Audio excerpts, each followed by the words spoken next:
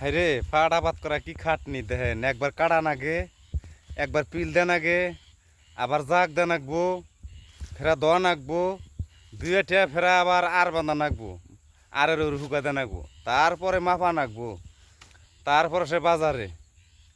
তখন বাজারে কয়টায় বেচা যাবো পুরাল্লাই জানে। তো এইরকম খাটনি গাদার মতন খাটনি, বেদরের মধ্যে বোঝা বাই নিয়ে নাকবো, পানির ডাবান নাকবো।